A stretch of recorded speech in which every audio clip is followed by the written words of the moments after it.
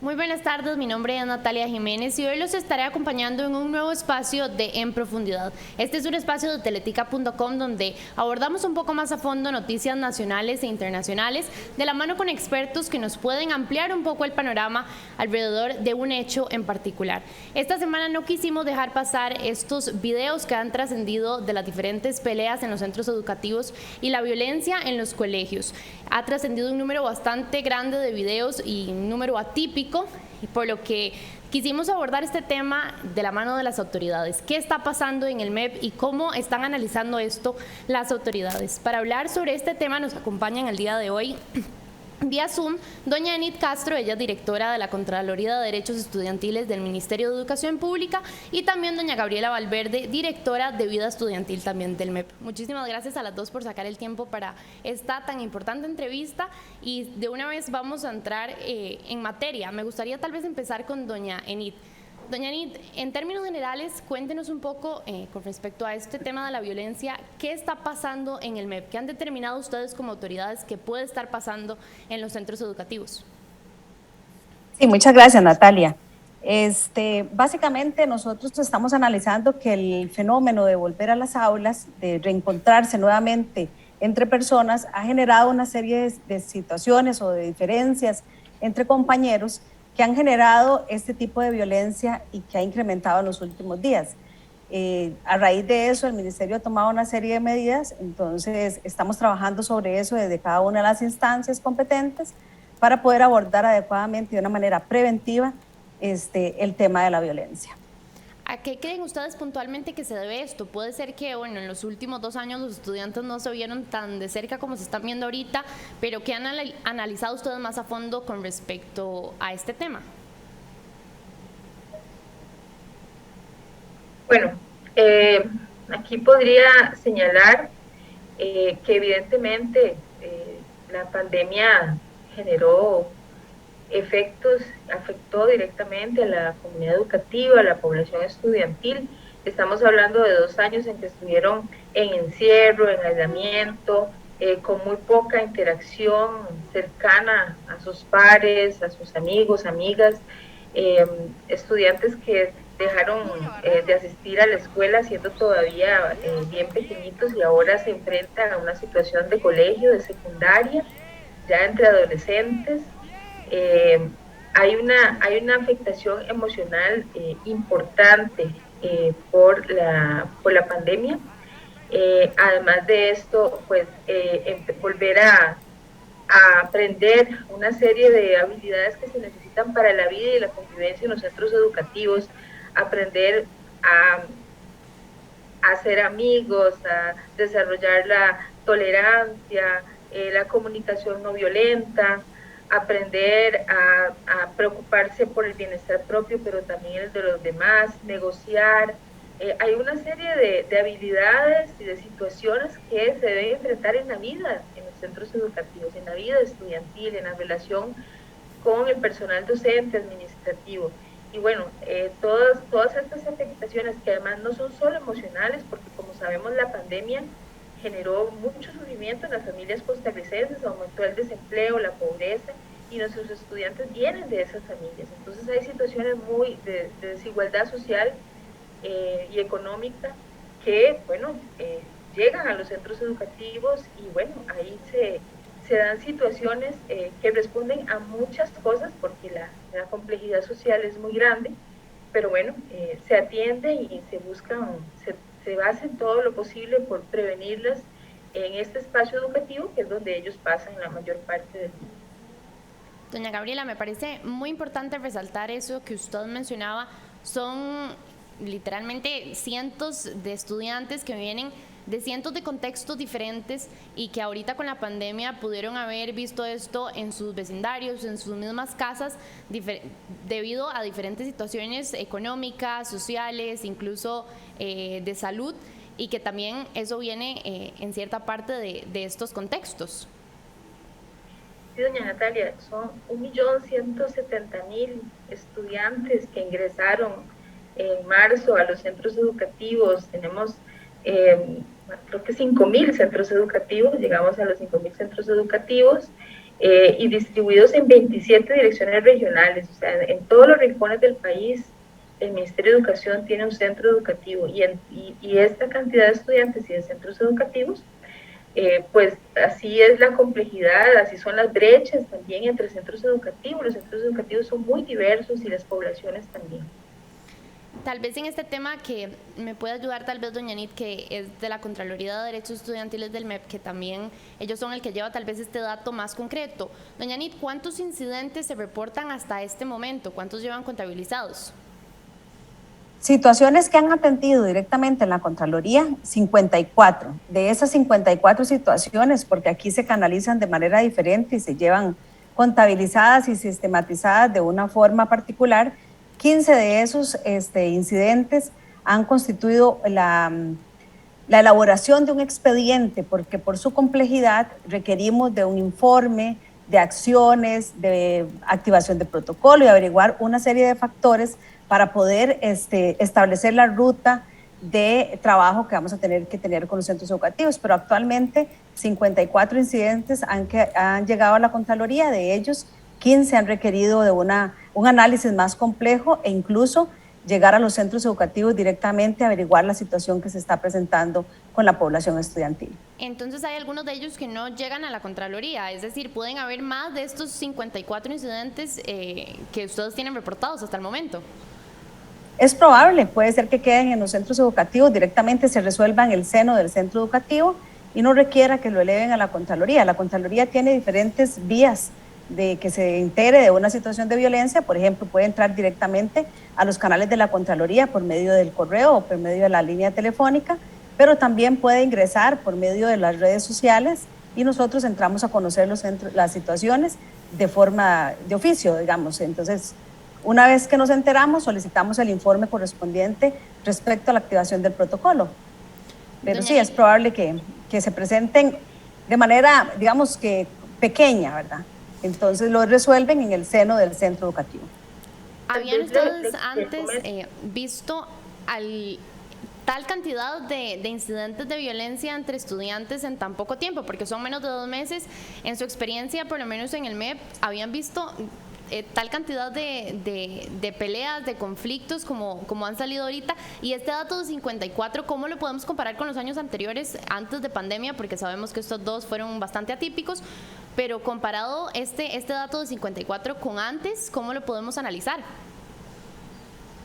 Justamente hoy estaba con los compañeros analizando el tema porque relativamente es muy corto el periodo de tiempo en el que se está presentando las situaciones y se han incrementado bastante, por supuesto. El año 2021 teníamos 27 situaciones y en el 2020 teníamos 13. Sin embargo, fueron 2 años muy atípicos y donde los estudiantes, la relación que tuvieron fue muy corta. El año pasado fue una educación combinada, entonces el escenario de relacionarse entre pares fue relativamente corto, el resto fue virtual.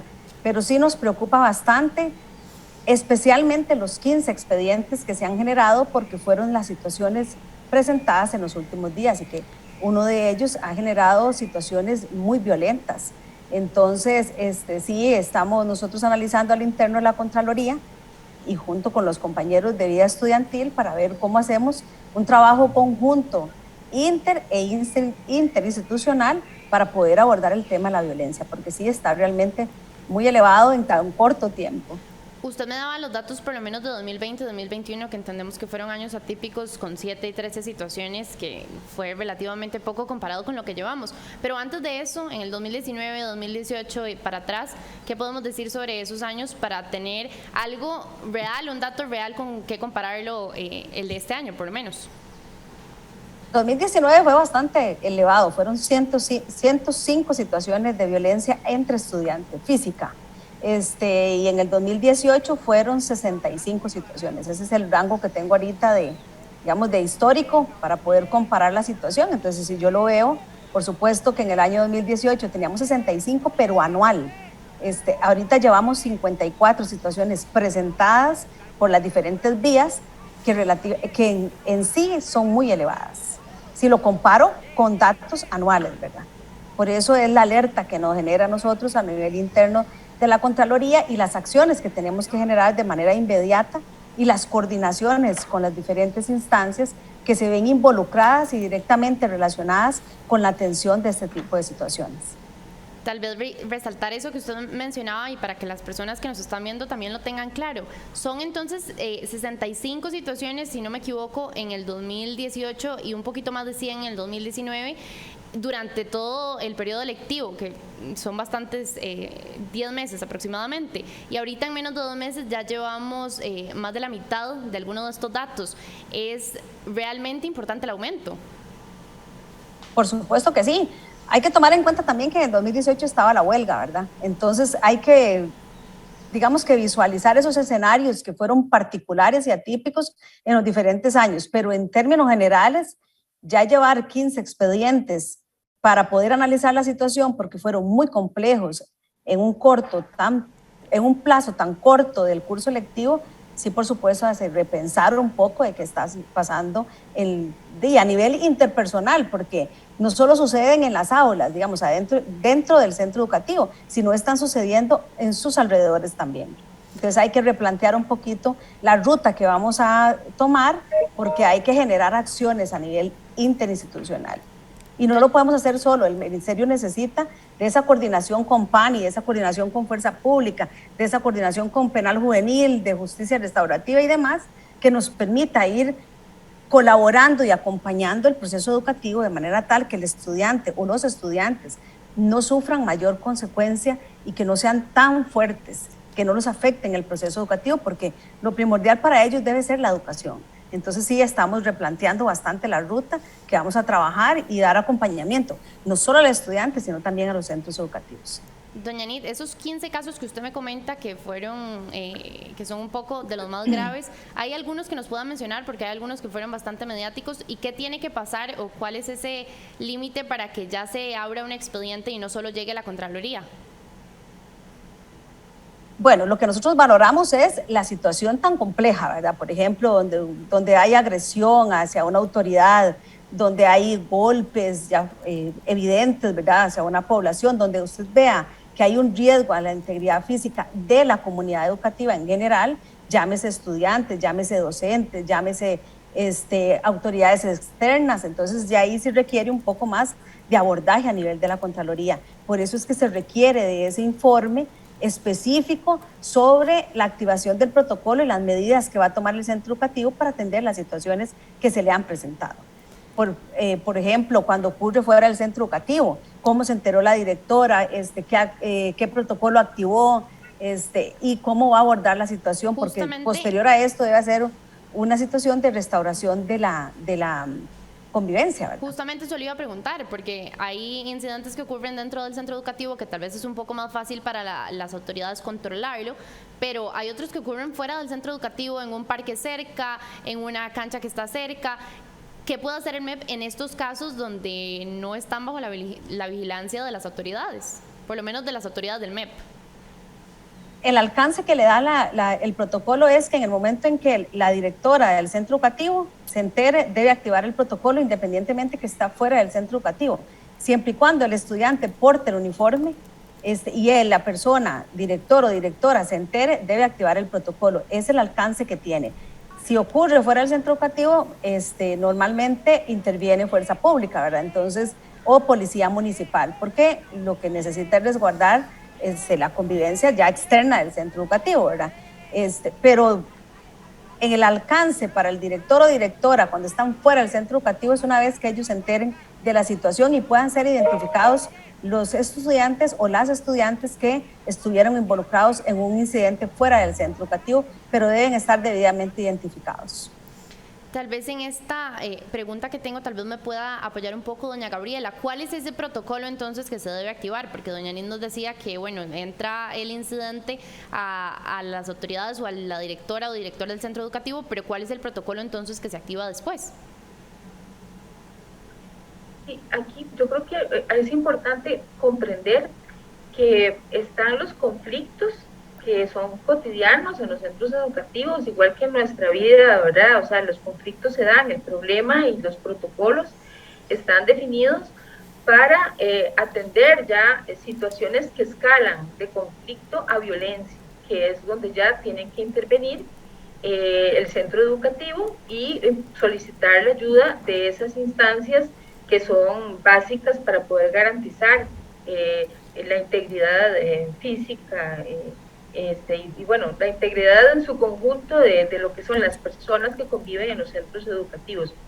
Por ejemplo, el sistema de intervenciones del Servicio de Orientación, el Sistema Nacional de Orientación, es un servicio especializado que está en la mayoría de los centros educativos, recibe, y este año he recibido, de que como todos los años, exceptuando la pandemia, ¿verdad? Estudiantes por situaciones, por discrepancias entre estudiantes, y ha intervenido situaciones de conflicto entre estudiantes, pero estos son los que decía doña Nid, no necesariamente escalan digamos, y es necesario aplicar el protocolo, porque son situaciones que son manejadas en el centro educativo y que están reportadas por los diferentes casos que se presentan. Hay una situación adicional, doña Natalia, que queremos mencionar, y es que además de los temas de violencia, el sistema educativo está sufriendo también situaciones de problemas emocionales entre la población estudiantil o con la población estudiantil. Se nos ha elevado también mucho los reportes en el servicio de orientación y en la línea de primeros auxilios psicológicos que tiene el Ministerio de Educación en relación con situaciones problemáticas emocionales. Por ejemplo, lo que es sintomatología depresiva y ansiosa, ¿verdad? Cuando estudiantes reportan que no duermen, que lloran, que se sienten tristes, que tienen miedo, que están angustiados, y esto también forma parte de estos efectos del regreso, ¿verdad? Que es que la situación atípica fue 2020, 2021, pero este año también, porque no tenemos como el comparativo, porque vuelven 1.170.000 estudiantes de una sola vez a los centros educativos, y entonces hay muchas situaciones que debemos de enfrentar para restablecer esa convivencia y esa otra vez vida en los centros educativos que vuelva a llevarnos a una normalidad. Entonces están las situaciones de conflicto que cuando escalan se atienden a partir de estos protocolos. Se tiene muchos protocolos para atender diferentes violencias, y también está la situación socioemocional de estudiantes en los centros educativos. Doña Gabriela, este tipo de protocolo que usted me comenta básicamente es algo reactivo. ¿Cómo hacer para tomar acciones antes, o cuáles acciones puntualmente puede tomar el MEP para que más bien sean de manera preventiva?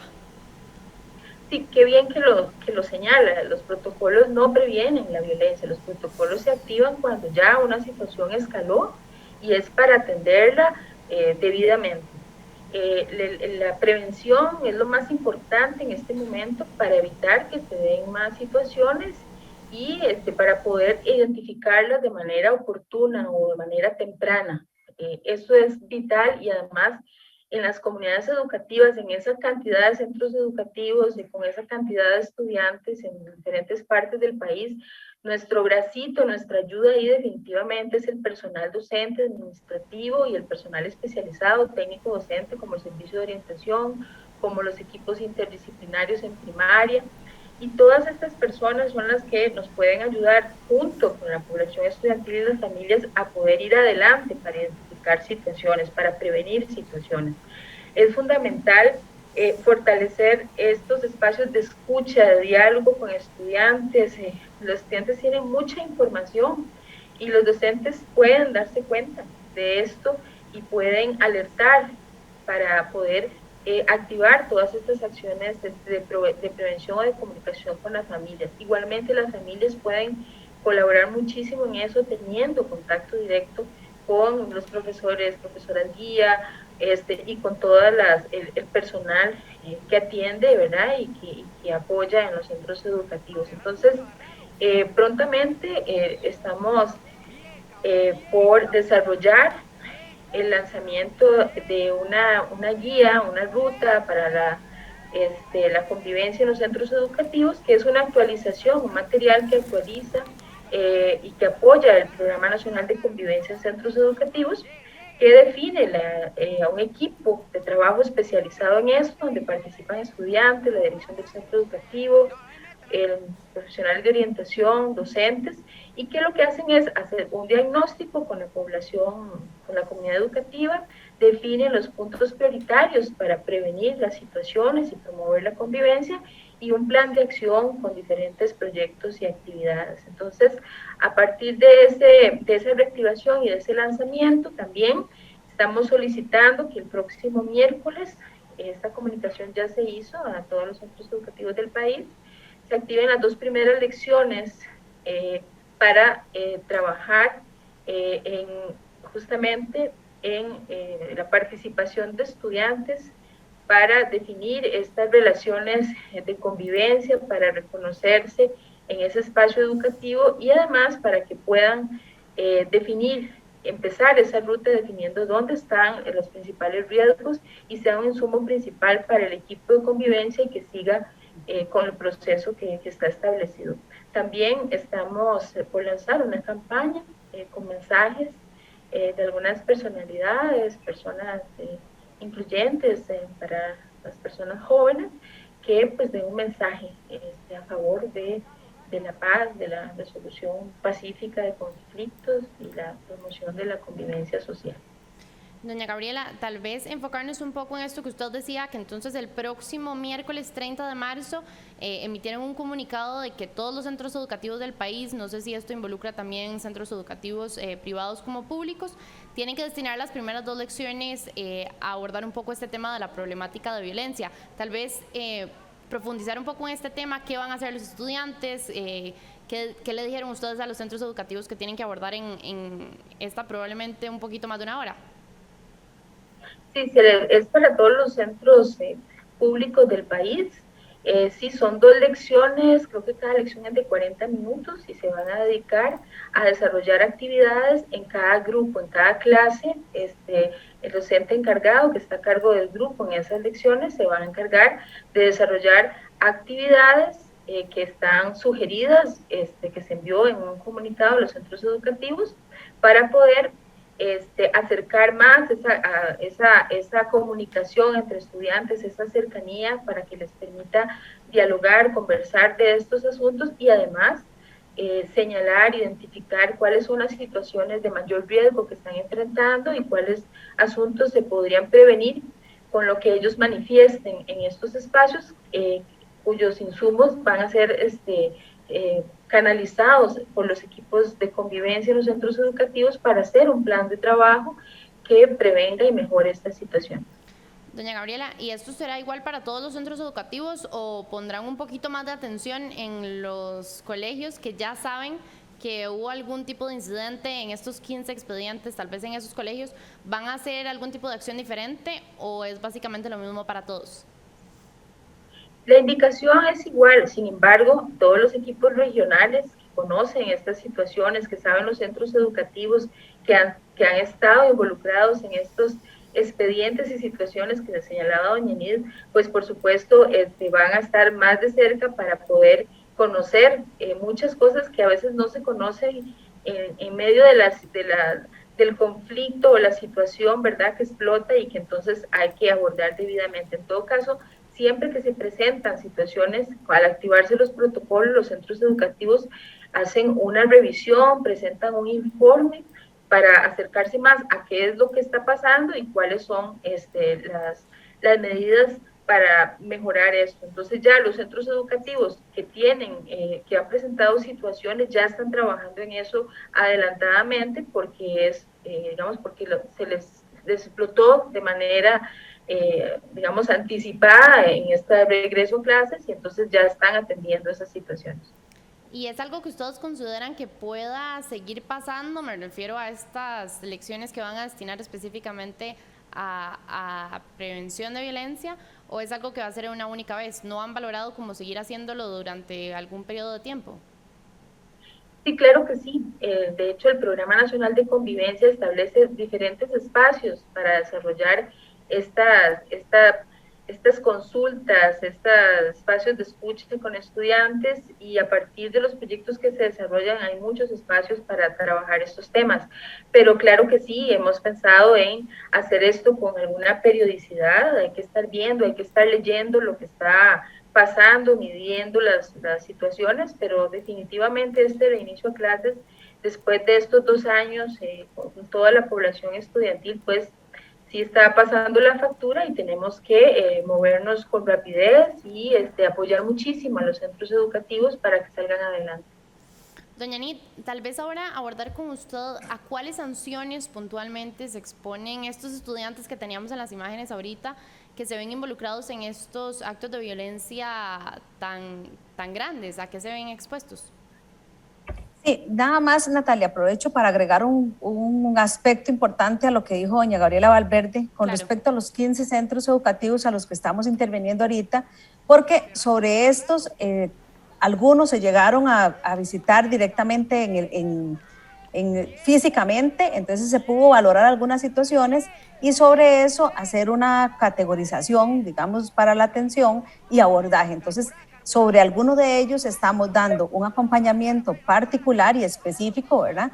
Porque se determinó otro tipo de situaciones, entonces, que no solamente fueron por motivo de la violencia. Entonces, para que ustedes también conozcan que hacemos una situación paralela a lo que es la activación del protocolo y brindarle acompañamiento para restaurar la sana convivencia en los centros educativos. Entonces, son 2 acciones. Doña Gabriela lo hace de manera macro y nosotros de manera específica, para valorar las situaciones particulares de la zona, de la población, de lo que nos expuso el director o directora, y sobre eso plantear una ruta de intervención y de acompañamiento en el centro educativo. Sobre el tema de la sanción, por supuesto que es una de las partes más complicadas de conversar, ¿verdad? Porque el protocolo de actuación es muy específico. Cuando una vez que se activa el protocolo, pues se establece lo que indica el protocolo, ¿verdad? Y paralelamente el director del centro educativo valora si hay un riesgo de la integridad física de la comunidad, de la persona que motiva la violencia y la que la recibe, valora que hay un riesgo en la integridad física, ahí puede hacer la primera sanción que se llama, bueno, no es sanción, sino la primera acción, que es la inasistencia hasta por 10 días al centro educativo de las personas que están involucradas. Esa es la primera acción. ¿Perdón? Eso es una prevención. Eso es una prevención. El director o directora tiene la capacidad para valorar que hay un riesgo inminente de la integridad de los estudiantes, las estudiantes o algún miembro de la comunidad. Entonces lo que hace es separar al estudiante hasta por 10 días, garantizándole todos sus derechos como persona estudiante, hasta que se determine, una vez que concluya la investigación, tipifique la falta y la establezca, como lo dice el Reglamento de Evaluación de los Aprendizajes, que va entre 1 y 45 puntos en la nota de conducta. Paralelo a ello, el protocolo establece que dependiendo de la gravedad de la situación, si es una persona mayor de 12 años, puede verse expuesto a una situación de Fiscalía del Ministerio Público, que ya tiene un protocolo o un procedimiento establecido a nivel de sede judicial, ¿verdad?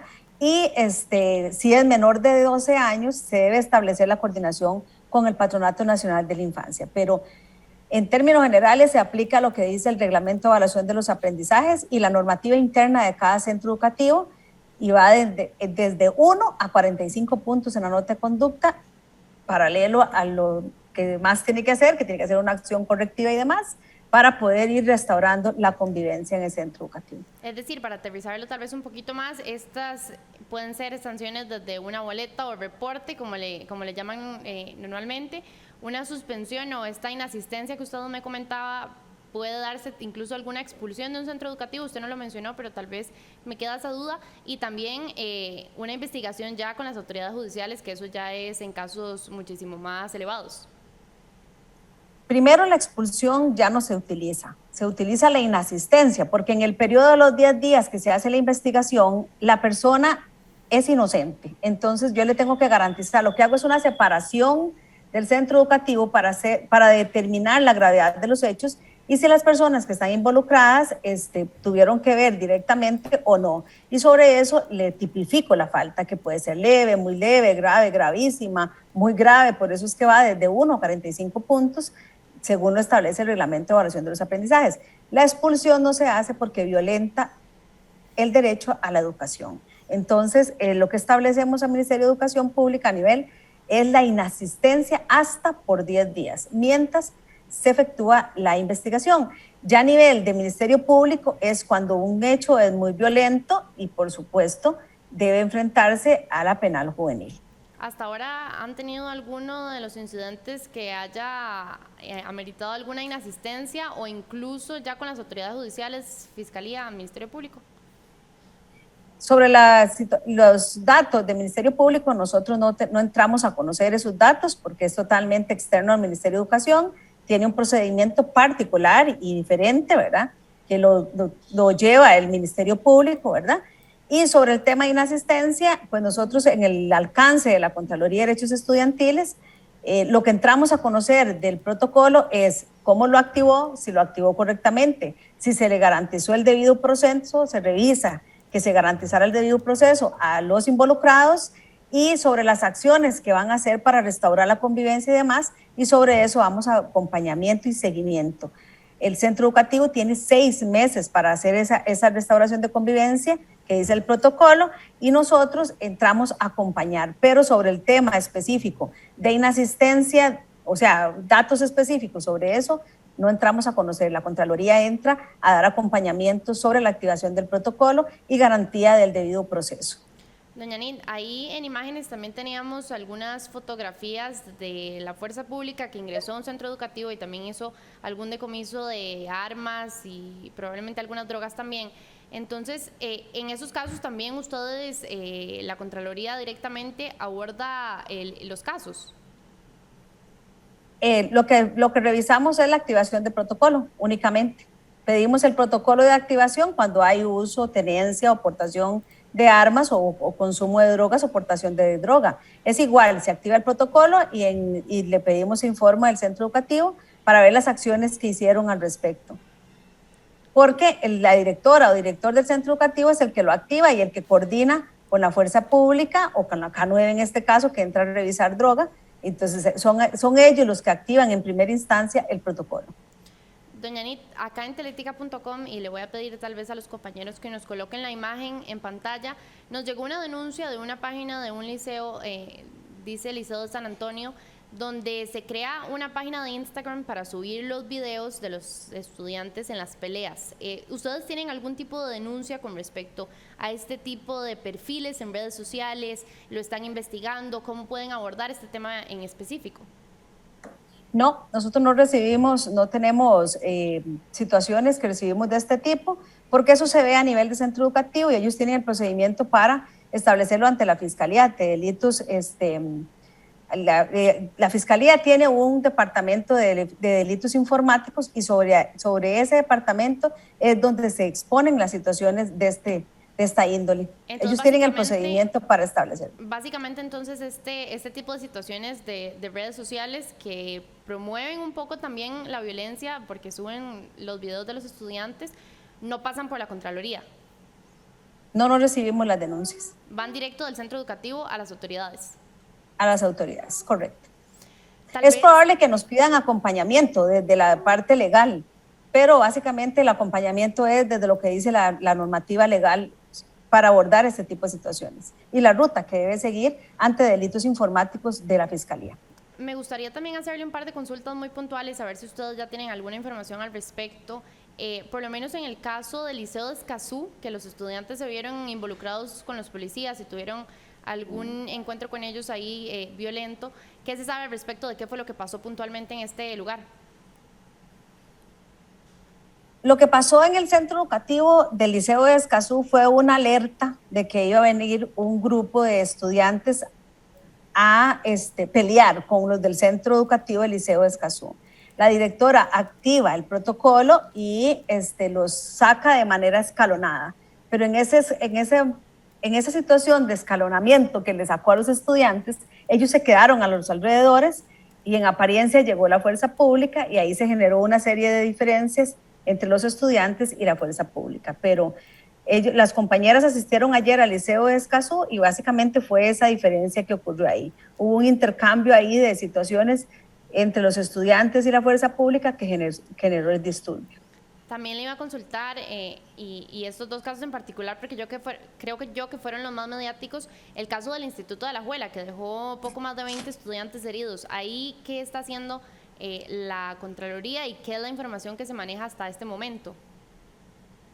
La Contraloría llegó al centro educativo, averiguó la situación. También hubo una situación, hubo una confusión entre los estudiantes a nivel interno, que fue lo que generó esa diferencia entre ellos. Al parecer, lo que nos cuentan los docentes del centro educativo es que las muchachas entraron en una situación de estrés y se golpearon entre sí.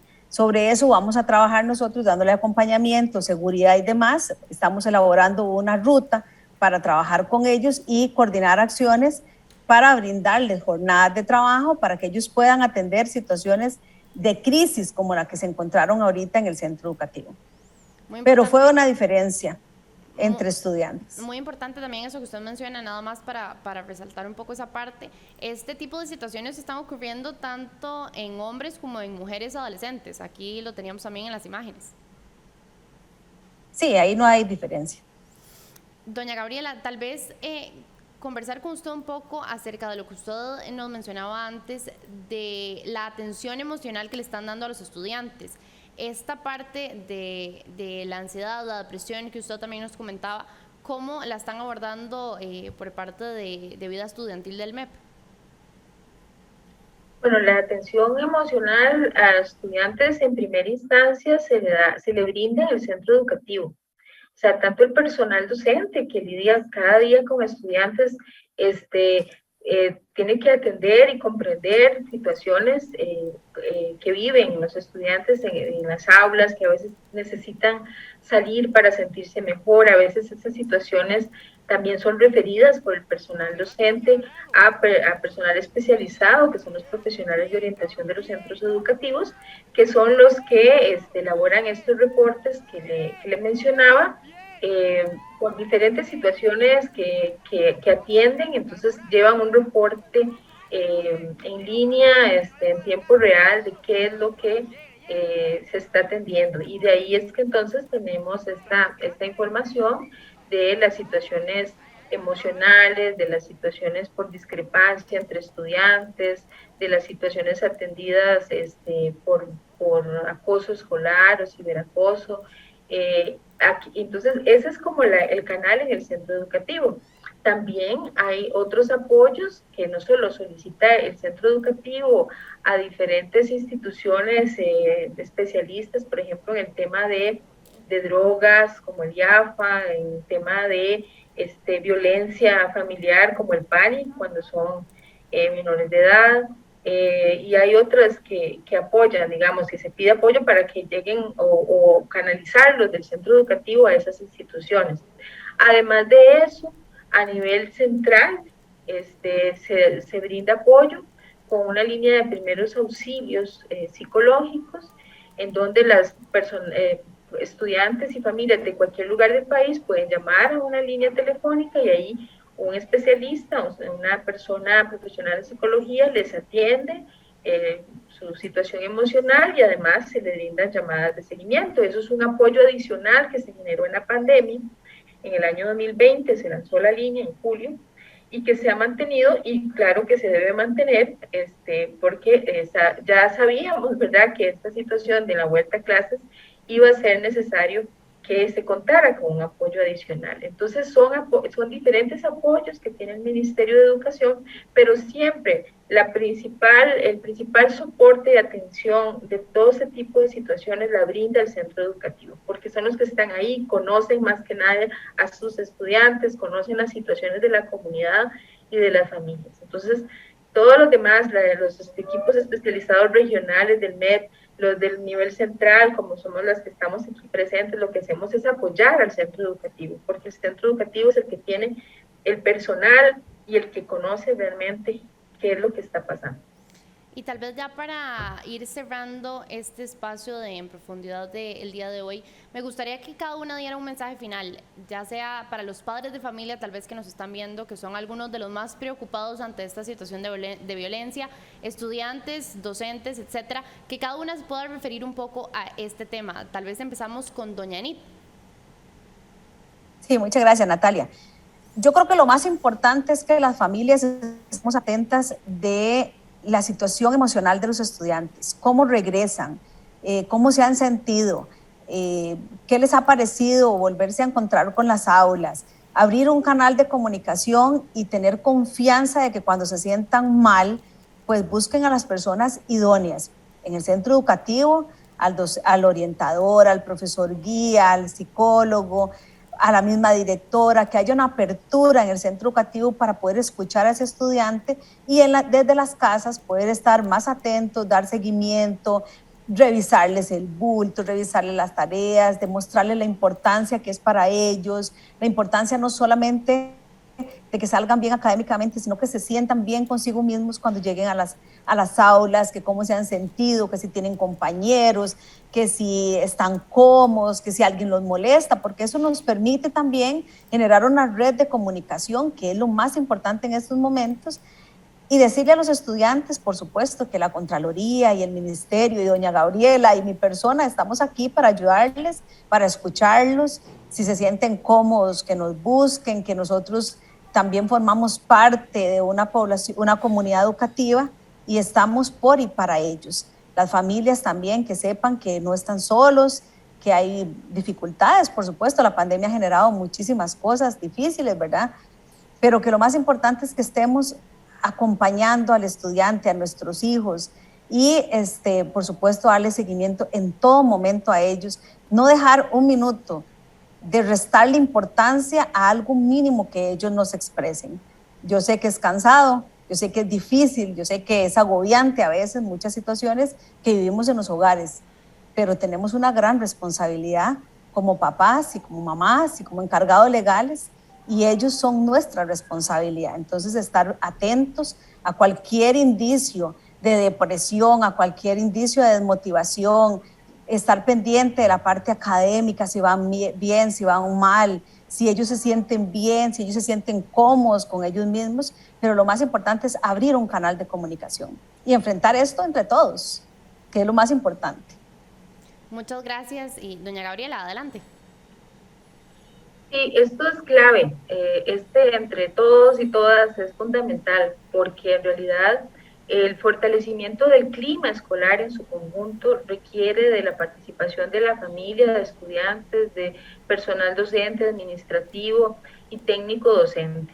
En realidad, para fortalecer este clima escolar necesitamos primero, que el centro educativo escuche y consulte inquietudes y preocupaciones estudiantiles. La comunicación con los estudiantes y con las personas estudiantes es central porque ellos son los que manejan mucha información que puede ser vital para poder superar o prevenir estas situaciones. También la administración del centro educativo debe escuchar y consultar a su personal, al personal docente que tiene más cercano a las personas estudiantes y que puede prevenir estas situaciones.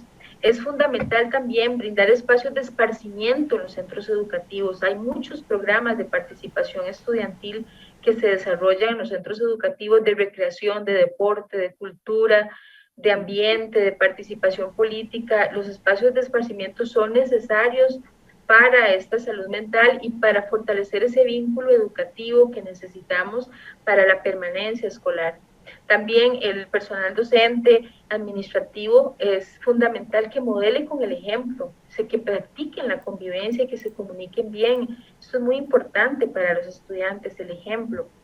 También las familias encargados deben tener confianza en el centro educativo, colaborar en el cumplimiento de las normas, el estímulo a sus hijas e hijas en los procesos de aprendizaje. Es importante también la confianza de los estudiantes para poder acercarse al personal, a sus profesores, profesoras y contarles las situaciones que les aquejan. la motivación y la cooperación entre los pares, entre los estudiantes, entre compañeros de clase, es también central para superar situaciones difíciles. Y muchas veces un estudiante le cuenta a otro algo que le va a pasar y esa persona le ayuda a contener y a sostener o a buscar ayuda para que el asunto no vaya a escalar. Perfecto, doña Gabriela. Muchísimas gracias. Ahí yo creo que fuimos bastante amplias y abordamos el tema en profundidad, como lo dice el espacio de el nombre de este espacio. Muchísimas gracias a doña Anit Castro, ella es la directora de la Contraloría de Derechos Estudiantiles del MEP, y también a doña Gabriela Valverde, directora de Vida Estudiantil del MEP. Y muchísimas gracias a ustedes que nos acompañaron en un nuevo espacio de En Profundidad. Recuerde que en teletica.com usted puede encontrar amplio material sobre este tema en particular y sobre otros del ámbito nacional e internacional. Muchísimas gracias y hasta entonces.